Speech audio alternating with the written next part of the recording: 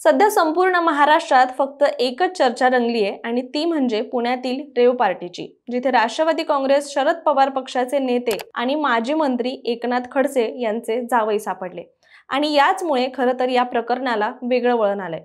मात्र पुणे आणि रेव पार्टीज हे समीकरण काही आजचं नाहीये, याला जुना इतिहास आहे। चला तर यावरच सविस्तर बोलूयात।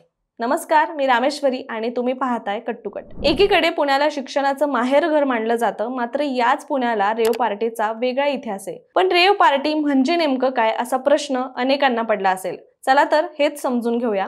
तर रेव पार्टी म्हणजे गुप्तपणे रात्री किंवा पहाटेपर्यंत चालणारी एक खास पार्टी, जिथे जोरजोरात डीजे म्युझिक असतं, लोक नाचतात, मद्य पितात आणि अनेक वेळा ड्रग्ज किंवा बेकायदेशीर गोष्टींचा वापरही होतो।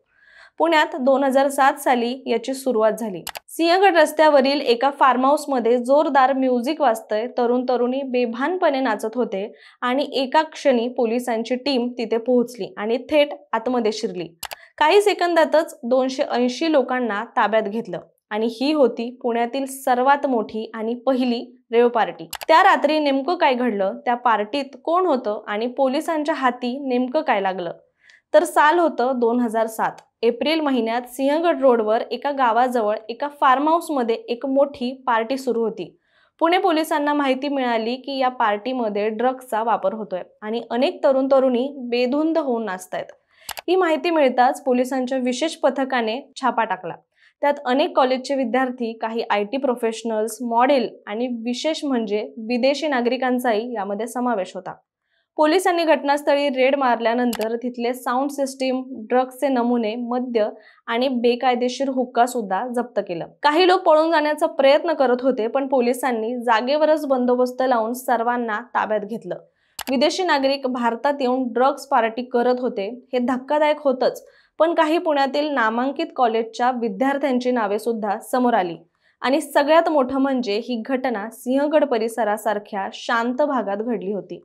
यानंतर फार्म हाऊस बुकिंग, अनधिकृत पार्टीज यावर सरकारने आणि पोलिसांनी लक्ष केंद्रित केलं। काही विदेशी नागरिकांना त्यांच्या दूतावासाच्या मदतीने परत पाठवण्यात आलं, तर काही तरुणांचं करिअर यामुळे उद्ध्वस्त झालं।